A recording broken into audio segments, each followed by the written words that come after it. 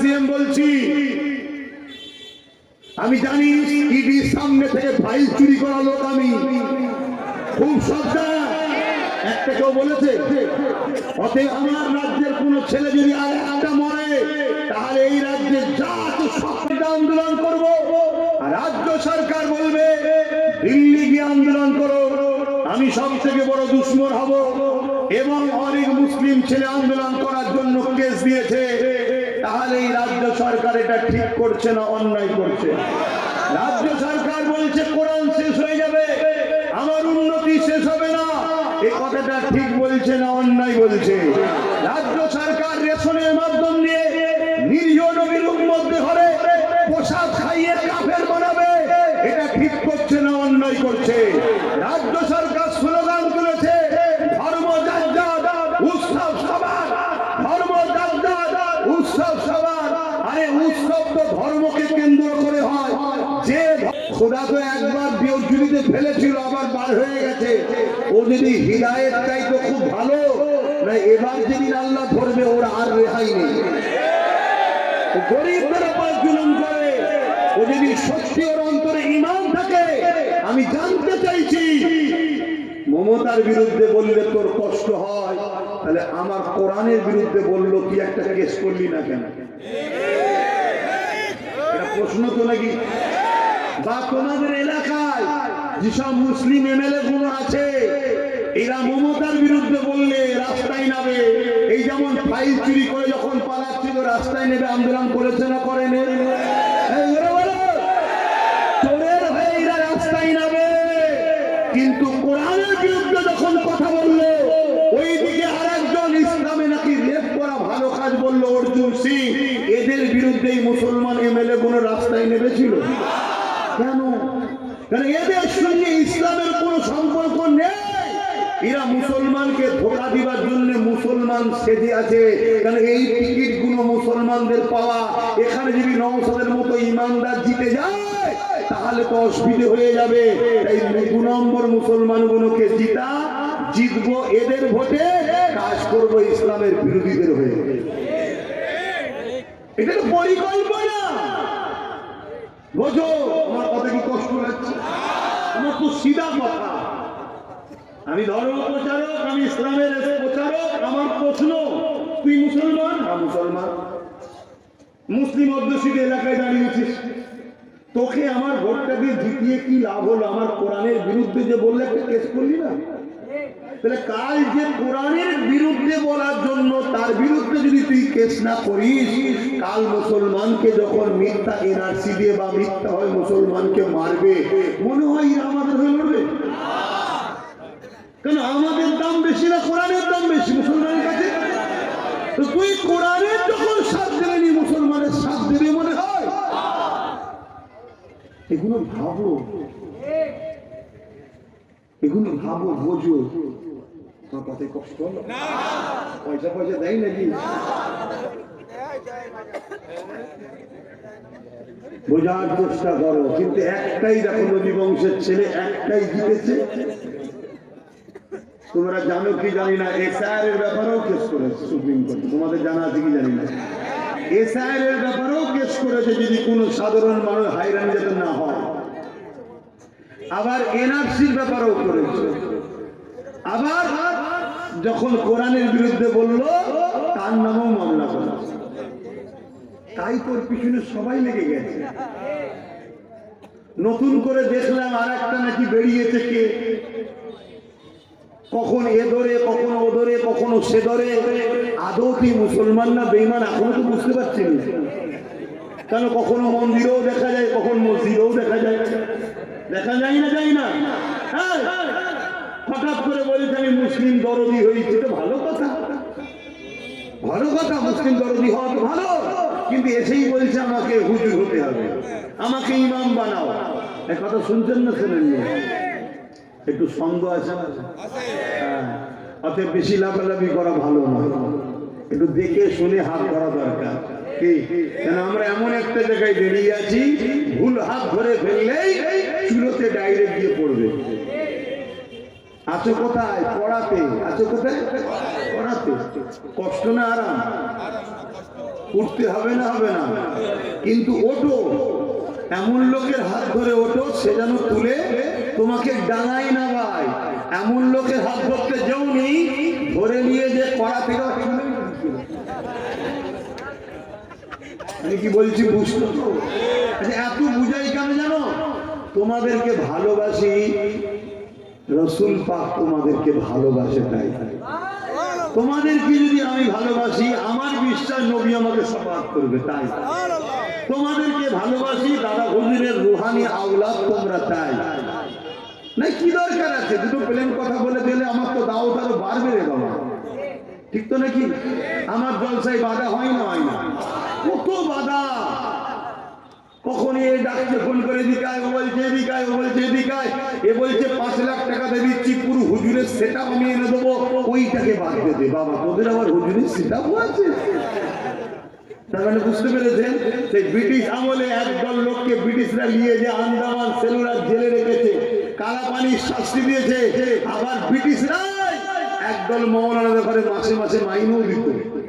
ব্যাপারটা কি? কথা কিছু মাথায় ঢুকছে? আজকে যেটা ঘটছে এটা নতুন নয়, এই নতুন হতো না হয় তোমরা বুঝতে পারো না, আলাদা কথা। তোমরা একটু পিছনে যাও না, ব্রিটিশদের পিছনে যাও না। ব্রিটিশদের সময় এই ভারতবর্ষে আব্দুল আজিজ মুহাদ্দিস দিলবি রহমাতুল্লাহ আলাইহি যখন ফতোয়া দিল ব্রিটিশদের বিরুদ্ধে লড়াই করা ফরজ, ওই সময় ব্রিটিশরা দেখলো হাই সর্বনাশ, এবার তো টিকা মুশকিল, এবার তো টিকা মুশকিল। কেন? মুসলমান ফরজ তো করতেই হবে, নাই তো কাবিরা গুনাহ হবে, জাহান্নামে যেতে হবে, তাহলে মুসলমান তো উঠে পড়ে লাগবে। ব্রিটিশ দেখলো আমার তো পিঠের চামড়া তুলে ফেলবে, তাহলে কি করা যায়?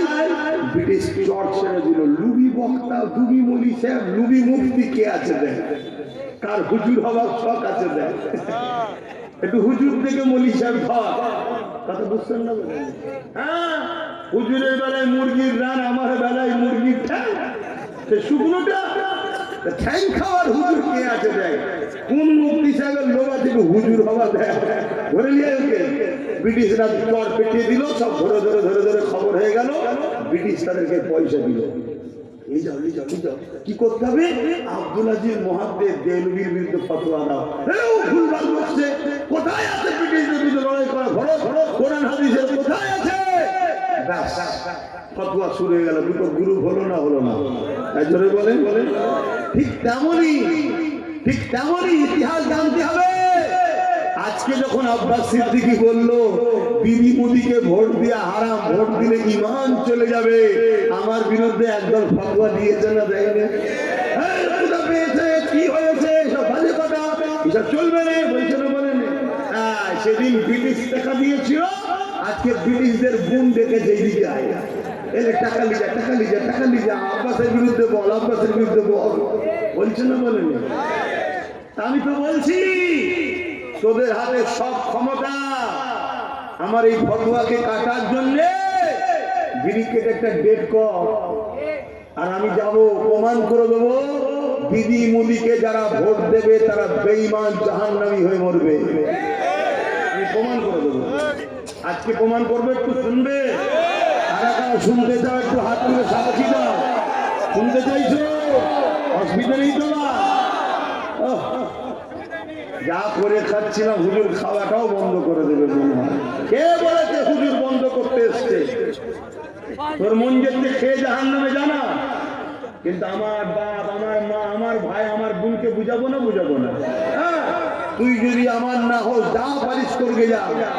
আমার রাসূলুল্লাহ দিনের জন্য তোর যদি দিলে দয়া না থাকে, ময়া না থাকে, তোর মধ্যে ঈমান তো আগে থেকেই নেই রে, তুই যত খুশি খা না। কিন্তু যাদের দিলে ঈমান আছে, বোঝে না, সাথ দিচ্ছে, এগুলোকে বোঝানো দরকার আছে না? না কি গো, ঠিক বলছো তো?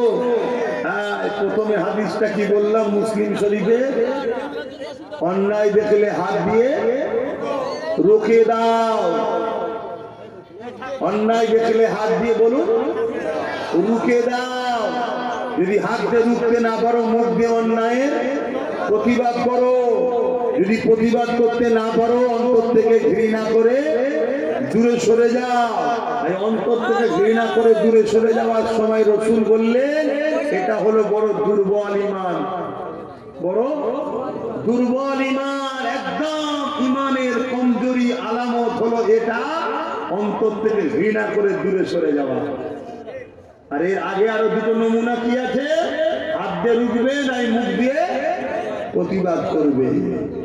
দ্বিতীয় নম্বর কথা, আল্লাহ রসুল বললেন মিশকাত শরীফের হাদিস, কেউ জালিম জানার পর, কেউ জালিম জানার পর কোন মুসলমান যদি ওই জালিমকে শক্তিশালী করার জন্য সাথ দেয়, ওই মুসলমানটা আল্লাহ নবী বলতে ইসলাম থেকে বেরিয়ে যাবে। যে ইসলাম থেকে বেরোয় তার ঈমান থাকে। দুটো হাদিস সামনে রাখলাম, এবারে বলি, অসুবিধা হচ্ছে? বলুন, কেন্দ্র সরকার 2025 অকাপ কালা কানুন যেটা করেছে, এটা সংবিধানের পক্ষে না বিরুদ্ধে? এক নম্বর, এটা আমার ইসলামের পক্ষে না বিরুদ্ধে? এটা জুলুম না জুলুম নয়? এটা অন্যায় না অন্যায় নয়? রসুল বললেন অন্যায় দেখলে হাত দিয়ে। তাহলে কেন্দ্র সরকারের এই কালা কানুন, সংবিধান বিরোধী কানুন, ইসলাম বিরোধী কানুন, মসজিদ মাদ্রাসা কবরস্থান ঈদগাহকে মিটিয়ে দিবা চক্রান্তের কানুনকে রাসূলুল্লাহর হাদিস অনুযায়ী ঈমানের বৈশিষ্ট্যের মধ্যে প্রথম বৈশিষ্ট্য হলো হাত দিয়ে রুখতে হবে। যদি হাত দিয়ে রুখতে নাও পারি, কেন্দ্র সরকারের কালা কানুনের বিরুদ্ধে মুখ দিয়ে প্রতিবাদ করতে হবে। তোমার আইন মানছি না, তোমার এই কালা কানুন মিটিয়ে দাও মানছি না, এইভাবে প্রতিবাদ করতে গিয়ে যদি জেল হয় জেলে যেতে হবে, মার হয় মার খেতে হবে, যা হয় হবে। ঈমানকে বাঁচাবার স্বার্থে তোমাকে প্রতিবাদ করতে হবে। যদি প্রতিবাদ করার ক্ষমতাও তোমার না থাকে, কমসে কম কেন্দ্র সরকারের কালা কানুনের বিরুদ্ধে ঘৃণা করে দূরে সরে যেতে হবে। আর এই দূরে সরে যাওয়াটাও যারা করবে তাদের ঈমানটা কমসে কম আছে, কিন্তু বড় দুর্বল। এই তিনটের মধ্যে কোনোটা না করে কোন মুসলমান যদি এরপরও কেন্দ্র সরকারকে ভোট দেয়, তার মানে সাথ দিল, তাহলে তার মধ্যে ঈমান আছে মনে হয়? এই জন্য বলো, বুঝে বুঝে বলছেন তো? রাসূল পাক সাল্লাল্লাহু আলাইহি ওয়াসাল্লামের হাদিস এটা। তাহলে তুমি ক্ষমতা নেই হাত দিয়ে রুখার, ঠিক আছে, মুখ দিয়ে প্রতিবাদ তাও করতে পারোনি, ঠিক আছে, আরে অন্তর্ধান ঘৃণা তো করো। তা না করে তুমি ওকে ভোট দিচ্ছ, তাহলে তুমি মূলত মসজিদ মাদ্রাসার বিরুদ্ধেই ভোট দিলে। যে মসজিদ মাদ্রাসার দুশমন হয় তার ঈমান থাকে। ঠিক এই কথাটা প্রথম বলেছিলাম। তারপরের কথা হলো এটাই, বুকে হাত দিয়ে বলো কেন্দ্র সরকারের বিরুদ্ধে আন্দোলন করব, আর রাজ্য সরকার বলবে দিল্লি গিয়ে আন্দোলন করো, আমি সব থেকে বড় দুশমন হব। এবং অনেক মুসলিম ছেলে আন্দোলন করার জন্য কেস দিয়েছে। তাহলে এই রাজ্য সরকার এটা ঠিক করছে না অন্যায় করছে? রাজ্য সরকার বলছে কোরআন শেষ হয়ে যাবে, আমার উন্নতি শেষ হবে না, এই কথাটা ঠিক বলছে না অন্যায় বলছে? রাজ্য সরকার রেশনের মাধ্যম দিয়ে নিরীহ নবীর উম্মত ধরে পোশাক খাইয়ে কাফের বানাবে, এটা ঠিক করছে না অন্যায় করছে? রাজ্য সরকার স্লোগান তুলেছে ধর্ম যার উৎসব সবার, ধর্ম যার উৎসব সবার। আরে উৎসব তো ধর্মকে কেন্দ্র করে হয়, যে ধর্মে গায়রুল্লাহর উপাসনা করা হয় সেই উৎসবের সঙ্গে কোন মুসলমান যদি বলে এটা আমার উৎসব, ওই মুসলমান মুশরিক কাফের হবে না? হবে না? রাজ্য সরকার আমাদের ঘরে চাকরি দিল না, পদ দিল না, পজিশন দিল না, অধিকার দিল না, উপরন্তু আমাদের ঘরে বেঈমান মুশরিক কাফের বানাচ্ছে, এটা ঠিক করছে না অন্যায় করছে? রাসূলুল্লাহর হাদিস, অন্যায়ের বিরুদ্ধে হাত দিয়ে লড়তে হবে। আবার রিসেন্ট এই কয়েক মাস আগে আবার রাজ্য সরকার কেন্দ্র সরকার এসে ওয়াকফ কালা কানুনকে মেনে নিয়েছে না নেয়নি? জোরে বলো। কেন্দ্র সরকার আইন করেছে, এই আইনকে অ্যাকসেপ্ট করে বাংলায় লাগু করছে। তার প্রমাণ দুর্গাপুরে বোল্ডুজার দিয়ে মাদ্রাসা ভেঙেছে, নদিয়ায় বোল্ডুজার দিয়ে ঈদগাহ দখল এখনো চলছে। মন দিয়ে শোনে, জেনে রাখে, তাহলে ও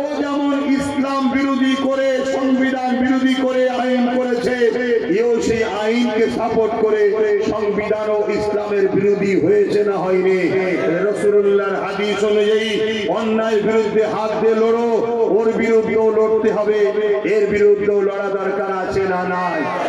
যেমন রাসূলুল্লাহর হাদিস, হাত দিয়ে লড়তে না পারো, মুখ দিয়ে প্রতিবাদ করতে হবে, ওর বিরুদ্ধেও করতে হবে, এর বিরুদ্ধেও করা দরকার আছে না নাই? ঠিক তেমনই অন্তর থেকে ঘৃণা, যদি প্রতিবাদ করতে নাও পারো, ওর বিরুদ্ধেও যেমন অন্তর দিয়ে ঘৃণা, এর বিরুদ্ধে অন্তর দিয়ে ঘৃণার দরকার আছে না নাই? যেমন ওকে ভোট দিলে ঈমান থাকবে না, একেও ভোট দিলে ঈমান বলে বলো, আর আওয়াজ দিয়ে বলো। রাসূলুল্লাহর হাদিসের বিরুদ্ধে কেউ যাবে না?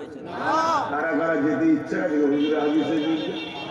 যাও না, তোমার এলাকায় বেরোবে, দেখবে ভোটের সময় সব দেখা যাবে, দেখে নিয়ে বুঝে নেবে এ মুসলমান ঘরে জন্ম নিয়েছে, মুসলমান ঘরের ছেলে, কিন্তু এ দুনিয়াদারের জন্য বেঈমান হয়ে গেছে। এই সব মুসলমান জান্নাতে যাবে? তাসলিমা নার্সির নাম শুনেছেন না শোনেননি? মুসলমান ঘরে জন্ম হয়েছে না হয়নি? ঈমান আছে? সালমান রুশদি মুসলমান ঘরে জন্ম হয়েছে না হয়নি? ঈমান আছে? এরকম কত রয়েছে রে বাপ। সেই পরীক্ষা শুরু হয়েছে আল্লাহর পক্ষ থেকে। এখন আমার শেষ কথা, নবীর দ্বিতীয় হাদিস, যে জালিম জানার পর কোন মুসলমান যদি তাকে সাথ দেয় ক্ষমতায় শক্তিশালী করার জন্য, সেই মুসলমান ইসলাম থেকে বেরিয়ে যাবে। যে বেরিয়ে তার ঈমান থাকে। এবারে বলুন, কেন্দ্র সরকার মসজিদ মাদ্রাসা ওয়াকফকে মিটাতে চাইছে, এটা জুলুম না জুলুম না? রাজ্য সরকার এটা করছে, জুলুম না জুলুম না? এই দুই সরকারকে কেউ যদি ভোট দেয় শক্তিশালী করার জন্যই তো ভোট দেয়, সেই মুসলমানের কি ঈমান থাকবে? ইসলামে থাকবে? রাসূলুল্লাহর হাদিসটা তো শোনানো দরকার। আমার এই কথা শুনে 10টা বাপ, 10টা মা, 10টা ভাই হলেও ঈমান হারা থেকে বাঁচতে পারে তো নাকি? আমার কথায় কারা একমত দিদি মুদিকে ভোট দেবেন না? একটু হাত তুলে সাক্ষী দেবেন। হাত লম্বা করে তোলে, লম্বা করে হাত তুলে রাখবে। এবার একটু দেখুন কেউ হাত তুলতে বাকি আছে কি, পাশাপাশি দেখুন কেউ হাত তুলতে বাকি আছে কি দেখুন। কেউ যদি হাত না তোলে তার সঙ্গে আমাদের কোনো ঝগড়া নেই, তার সঙ্গে ঝগড়া আমরা করবো না। আপনার তার সঙ্গে আমরা ঝগড়া করবো না। কি করব? শুধু জেনে নেবো যে ওয়াকফের দুশমন দিদি মুদির লোক, আমাদের লোক নয়। ঠিক তো নাকি? এবারে বলুন, দিদি মুদি আলাদা না? এজন্য বলে পিসাবটা নাপাক না পাক, আর মদটা নাপাক না পাক। মদ কাপড়ে লেগেছে, পিসাব কাপড়ে লেগেছে বলে মদ দিয়ে ধুয়ে পাক হবে? মুদিকে রুকার জন্য এই নাপাক দিয়ে রুকবেন? আমার কথা ভুল হচ্ছে। এবার যদি বলেন তাহলে কি করব? একটাই লাঠি সবার ঘুম হারাম করেছে না করেনি? ওয়াকফকে বাঁচাবার স্বপ্ন আছে না না? বাঁচাবার রাস্তা দুটো। অসুবিধা হচ্ছে একটু বলবো? বাঁচাবার রাস্তা দুটো। যদি আপনাদের কোনো রাস্তা থাকে বলবেন, আমি শুনবো। আর একটা আপনাদেরকে আইন জানিয়ে দিই, আমার দেশ হলো যুক্তরাষ্ট্রীয় কাঠামো। কথা বুঝে আসছে? ল্যান্ড যে জমির বিষয়ে রাজ্য সরকার যদি কেন্দ্র সরকারকে জমি না দেয়, এক টুকরো ঢিলাও কেন্দ্র সরকার রাজ্য থেকে নিয়ে যেতে পারবে না। রাজ্য সরকার যদি আইনটাকে না মানত, ক্ষমতা ছিল না এই রাজ্য থেকে এক টুকরো মাটি নিয়ে যেতে পারত। কিন্তু মানা ছাড়া, না মানা ছাড়া তো উপায় নেই। কেন মানতে হবে? যখনই মানবে না অমনি বলবে ভাইপোকে তুলে আনবো। শুনছেন না শোনেন? তাহলে ও ভাইপোর জন্য আমার মসজিদ কুরবানি করে দিচ্ছে, মাদ্রাসা কুরবানি করে দিচ্ছে, আর আমরা হাত করে বসে বসে দেখবো? কথা বলেন, দেখবে? আপনারা লড়াই করতে পারবেন তো? আপনাদের কিচ্ছু করতে হবে না। যে যার গ্রামে 10-12টা যেগুলো আছে, আমি দোয়া করছি প্রথম আল্লাহ ওদের হিদায়ত করুক। যদি হিদায়ত না হয়, বাস ওই কটাকে শুধু সাইজ করে দিবি তো হয়ে যাবে। কোনো অসুবিধা নেই। এটা মসজিদ মাদ্রাসা বাঁচাবার লড়াই রে বাবা। তুই যদি মসজিদের দুশ্মন হস, তোর বিরুদ্ধে লড়াই করবো না? করবো না? তুই যদি আমার মাদ্রাসার বিরুদ্ধে নারাজ করবি তো লড়াই করবো না? করবো না? এই তো আস্তে আস্তে দেখছিলাম লুঙ্গি পরে, মনে হয় 60 বছর বয়স হবে, এক চাচা বক্তব্য দিচ্ছে দিদির পক্ষে। তো ওর উপরে দয়া করলে হবে? আমার বাপও যদি ইসলামের বিরুদ্ধে দাঁড়ায় তার বিরুদ্ধে লড়াই করতে হবে, এর নাম ইসলাম। এ কথা বুঝে আসছে না? আর এটাই তো আল্লাহর পরীক্ষা। যদি পরীক্ষায় পাস করতে পারো, লড়াই যদি করতে পারো, আল্লাহ সাহায্য করবে, হাতে তোমাদের হবে, বিজয় তোমাদের হবে। আর যদি না পারো, মনে রেখে দিও আল্লাহ তোমাদেরকে সাহায্য করবেন যখন এই জালিমরা তোমাদেরকে কাটবে। আমার কথা ওপেন, ভালো লাগলে নেবে, না ভালো লাগলে না নেবে। লড়াই আজ থেকে করিনি আমি। যখন চুচুড়ার মসজিদ মাদ্রাসায় তালা মারা হয়েছিল, তখন আমার কোন সব দল ছিল, কি ছিল, তারপরেও লড়াই করে মসজিদ মাদ্রাসা খুলিছি না খুলিনি? আমি সব বুঝি, কিন্তু আমার ধর্মের উপরে আঘাত দিলে আমার হেড অফিসার ঠিক থাকে না। কথা বুঝে আসছে না? নাই আমার জমি নিয়েছিস, যা চল আল্লাহ বিচার করবে। আমার চাকরি নিয়েছিস, যা আল্লাহ বিচার করবে। আমার রুজি কেড়ে নিয়েছিস, যা আল্লাহ বিচার করবে। আমার বাপকে গাল দিয়েছিস, মাকে গাল দিয়েছিস, যা আল্লাহ বিচার করবে। কিন্তু কোরআন, ইসলাম, নবী আর আল্লাহ, এখানে কোনো কম্প্রোমাইজ নেই। আমার কথায় একমত তো? আগামী দিন কোরআনের পক্ষে, ইসলামের পক্ষে, ওয়াকাফের পক্ষে আমরা লড়বো। যারা ওয়াকাফের দুশমন তাদের বিরুদ্ধে আমরা লড়বো। এই লড়াইয়ে যদি আমার গ্রামের কোন মুসলিম নামধারী আমাদের সামনে আসে, তাদের উপরে এক জাররা পরিমাণ দয়া আমরা দেখাবো না। এই কথাই করে একমত, একটু হাত তুলে দেখায়। একমত তো নাকি? একদম ওপেন কথা বলে দিচ্ছি, তুমি তোমার বেঈমান নেতার গদির জন্য যদি আমায় বাঁচতে পারো, আমি আমার খোদার ঘরের জন্য তোমার জন্য হাত কাঁপবে না। কথা কি আমার বলা ভুল হয়ে গেল? তোমার চোর, বেঈমান, খুনি, সন্ত্রাস নেতার জন্য তুমি যদি মুসলিম ছেলেকে মারতে পারো, মুসলিম বাবুদের ঘর ভাঙতে পারো, জুলুম করতে পারো, আমার আল্লাহ নবীর ঘরের জন্য তোমাকে সাইজ করতে আমার হাত। বলো অন্তরের মধ্যে ময়া। এখন বলুন আপনি কি বলছেন? মুসলমানে আপনার লাগাচ্ছে নাকি? আল্লাহ নবী যখন মক্কা শরীফে ইসলামের প্রচার করলো, ওই সময় মক্কার মুশরিকরাও বলেছিল যে মুহাম্মদ তুমি যা করলে ঘরে ঘরে সব লিখে দিলে। আল্লাহ নবী বললেন তোমরা আসো তাওহীদের দিকে, সত্যের দিকে, তাহলেই তো সব ঠিক হয়ে যায়। কথা মাথায় ঢুকছে? আমরা কারো মন্দির ভাঙতে যাচ্ছি, গুরুদুয়ার ভাঙতে যাচ্ছি, গির্জা ভাঙতে যাচ্ছি, কারো ঘর দখল করছি, ভাইপোর বাড়ি দখল করছি না, দখল করতে যাবো। কিন্তু বারবার আমাদেরটাই দখল করা হচ্ছে না, হয়নি? আমাদের ওপরেই জুলুম হচ্ছে না, হয়নি? আমি ডিফেন্স করবো না? তোমরা পারবে তো? সেদিন ফেরাউনের দিকে সৈন্য ছিল, মুসা নবীর দিকে আল্লাহ ছিল। সেদিন নমরুদের দিকে সৈন্য বাহিনী ছিল, ইব্রাহিম নবীর দিকে আল্লাহ ছিল। সেদিন এজিদের দিকে রাজ পাওয়ার সৈন্য ছিল, আমার হোসাইনের দিকে আল্লাহ ছিল। সেদিন এই হিন্দুস্তানে আমার গরিবের নওয়াজ আর জালিম বাদশার সাথে লড়াই হয়েছিল। জালিমের দিকে সৈন্য, সামন্তর, অর্থ, ম্যান পাওয়ার সব ছিল, আমার গরিবের নওয়াজের দিকে আল্লাহ ছিল। বিজয়টা কিন্তু গরিবের নওয়াজেরই হয়েছে। জোরে বলুন। ঘাবড়াবার কিছু নেই। আল্লাহর ঘরের জন্য যদি আমার জীবনটা যায়, নিজেকে ধন্য মনে করবো। রাসূলের মাদ্রাসার জন্য যদি আমার জীবনটা যায়, আমি আপনার নিজেকে ধন্য মনে করবো। মরণ তো আর নাই, কাল হবে না, ঠিক তো নাকি?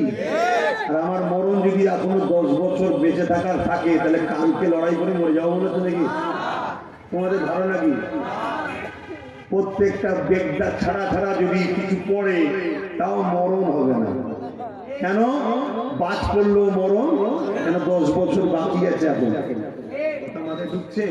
আর মরণ যদি তোমার কপালে লিখে থাকে, তুমি ঘরের মধ্যে শুয়ে থাকবে, রাস্তা হয়তো 50 কিলোমিটার দূরে, তারপরেও দেখছো কখনো একটা গ্রামে হয়তো রাস্তা ভুলে গিয়ে মেন রোড ছেড়ে একটা লরি ঢুকেছিল ওই রাস্তায়, কোনো কারণে হয়তো সেটাই তোমার ঘরের ওপর ঢুকে পড়ছে। মানে এরকম কপালে লিখা ছিল। শহরের ছেলে, এলাকায় পুকুর টুকুর কিচ্ছু নেই, গ্রামে একদিন এসেছিল, একদিনই মরে গেছে। তার মানে কোন কপালে ছিল ওই দিন, টেনে নিয়ে আসা হয়েছে। গ্রামের ছেলে, রেল লাইন আশপাশে নেই, কোনোদিন রেলই দেখেনি, একদিন গেছে, একদিনই কাটা পড়ে গেছে।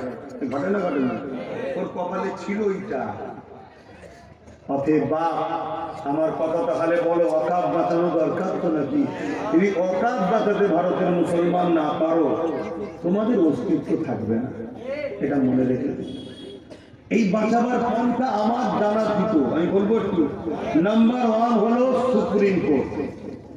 কেন? যারা আইন করেছে লোকসভারও আব্বা হলো সুপ্রিম কোর্ট, কথা শুনছেন তো? হ্যাঁ, দেশের সর্বোচ্চ মাথা। সুপ্রিম কোর্ট যদি আইনকে বাতিল করে দেয়, বাতিল হবে। তো সুপ্রিম কোর্ট কি এমনি এমনি বাতিল করে দেবে? কথা বলেন, সুপ্রিম কোর্ট কি এমনি এমনি বাতিল করে দেবে?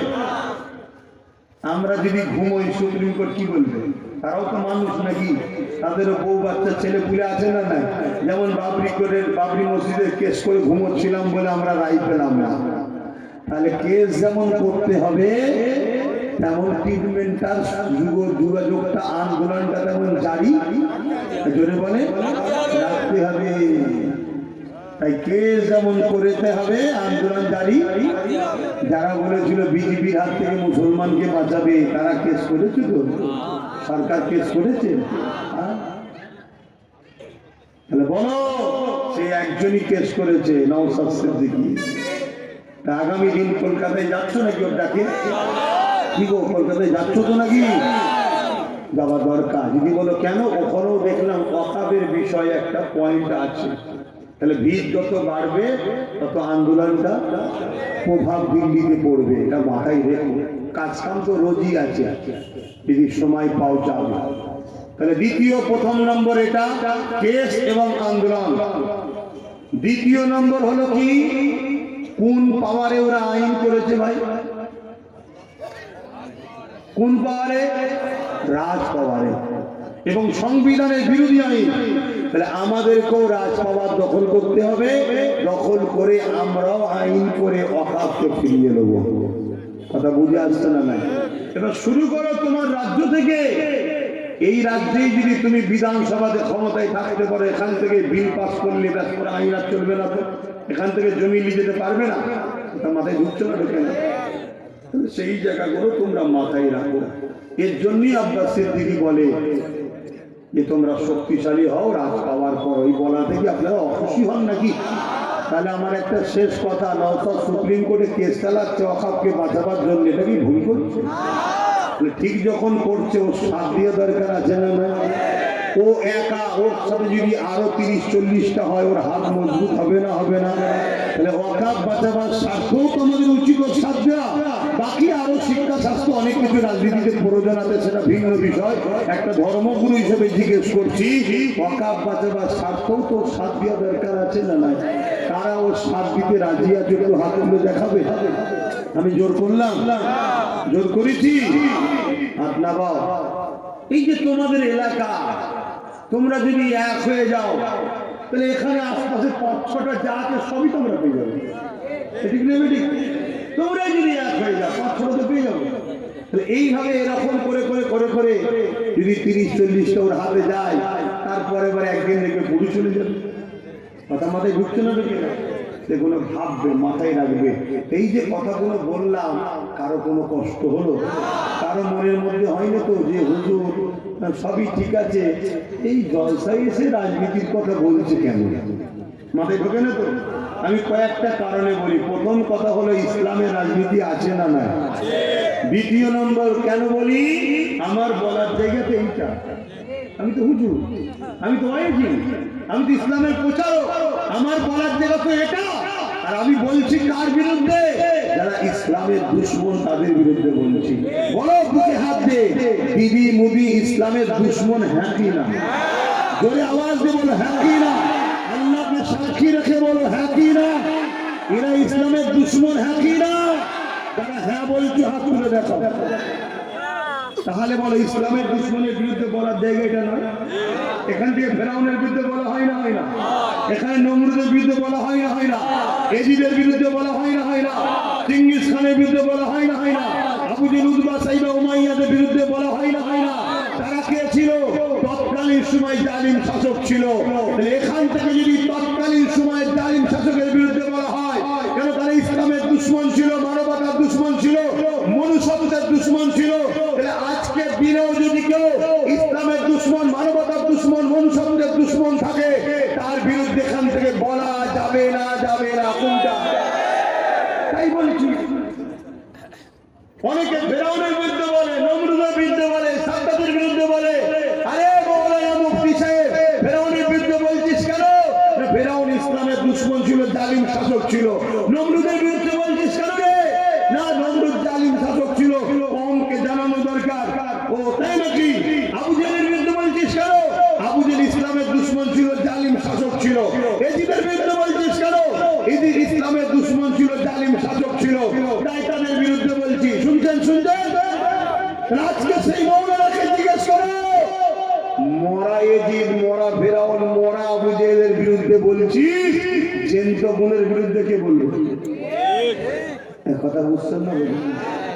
আজকে দিদি মুলি এরা কি ইসলামের বিরুদ্ধে নয়? তাহলে এরা আজকের আবু জেহেল উদ্বা সাইবার সাথে পার্থক্য কিছু আছে? এদের বিরুদ্ধে কি বলবো? তুমি বলুনি, আমি বলিনি, কেউ বলেনি। কেউ যদি বলে তার বিরোধী করা কি উচিত হবে? বলো তোমরা আমার বিরুদ্ধে? কি গো আব্বা, মন খারাপ হচ্ছে নাকি? আমার ওই মুরব্বী বাপ পিছনে বসে আছে, ঠান্ডা লাগছে। খোলা আকাশের নিচুতে আপনাকে বসিয়েছে, জনগুলো সব খোলা আকাশের নিচুই যাওয়া দরকার। হ্যাঁ বলো আমি কি ভুল করলাম? এরপরও যদি ভুল করে থাকি মনে হয় তার সাথে আমার কোনো সম্পর্ক নেই, কিন্তু আমি আল্লাহ রসুলের পক্ষে থাকবো। কথা ঠিক আছে? আমি কাউকে চিনি না। রাজনীতি করছো করে যাও, যখনই তোমার নেতা আমার ধর্মের বিরুদ্ধে হাত দেবে, তোমার নেতাকে কিন্তু আমি ছাড়বো না। এবার তোমার নেতাকে যদি বলো আমার হাতে পাওয়ার আছে তা দেখ, তোর হাতে পাওয়ার আছে তা দেখ, এরাই করে দেখ না। এই কথা বুঝছেন না? আর চুলকোনা মেরে দেবে আমার আল্লাহ, চিন্তা করুন। কত চুলকোনা মেরে দিয়েছে। মুসা নবীর পিছনে পাওয়ার দেখতে চুপ ছিল, আর লাস্টে আল্লাহ বলছে পানি এক জায়গায় হয়ে যাবে, খেলতে দেখে শুধু চোখ উঠছে, একবার চোখ নিচে দিচ্ছে। কে? পুরো ফেরাউন বাহিনী নীল নদে চুবিয়ে চুবিয়ে আল্লাহ ডুবিয়ে ডুবিয়ে মেরে দিয়েছে। নমরুদ সর্বনাশ, কি পাওয়ার, পৃথিবীর রাজা। দাদাগিরি মানে বলছে আল্লাহর সঙ্গে যুদ্ধ করবো। না না লালনকে বসে কি কথা আমি তো জানি না। আমি না না এর কথা বলে না, এটা আদর্শ না, এটা আদর্শ না। উনি যদি দাদা হুজুরের আওলাদ হতার, আমি যদি ওই জায়গায় বসে থাকতাম, পরের কষ্টটাকে নিজের মনে করে দেখতে হয়, অর্থাৎ মাথায় ঢুকছে, সেটা আদর্শ না। তো যাক, আমি অনেক কিছু বললাম, কেউ কষ্ট পেলেন। তো যাক, আমি আর কথা বাড়াচ্ছি না, আপনারা আমাকে সালাম দেন। উনি দোয়া করবে, কেউ চলে যাবেন, আর আমার সঙ্গে হাতে মুসাফা কেউ করবে না। ও আরেকটা কাজ রয়েছে, যেটা কাজ তোর দাঁতটাকে ভাঙলো আসতে একটাই কাজটা একটু করে শোনো, বলছি কিন্তু একটা কাজ বাকি রয়ে গেছে। তো কি কাজ? আরে বলবে তো, পকেটে হাত দেওয়া, পকেটে হাত দেওয়া কাজ কি হয়েছে? ও ঠিক আছে, বলে দেবে। 18ই মাঘ মাদ্রাসা, ও বড় গোপরে একটা মাদ্রাসা করছে, আমি জানেন তো। 18ই মাঘ জলসা আছে, আপনারা সকলে যাবেন। ওই 8টা 10টা পর্যন্ত, 8টা 9টা পর্যন্ত হবে। শোনে, এই ছেলেরা যাচ্ছে, যার যা খুশি পুজো দেন, যার যা খুশি, কেউ উঠবেন না, মনে পুজো করবো। হ্যাঁ কি এটা ইন্তেকাল করেছে আল্লাহ, আরো কজন 5 জন করলো, আল্লাহ কবুল, আল্লাহ জান্নাত নসিব করে দাও। ছেলে তো কি হলো তোরা? দরুদ শরীফ আল্লাহুম্মা সাল্লি আলা আল্লাহ। এই ছেলে বড় হলে একটু নলেজ শিখতে দেবে। ধরো, যাদের হৃদয়ে আছে আল্লাহর ভয়,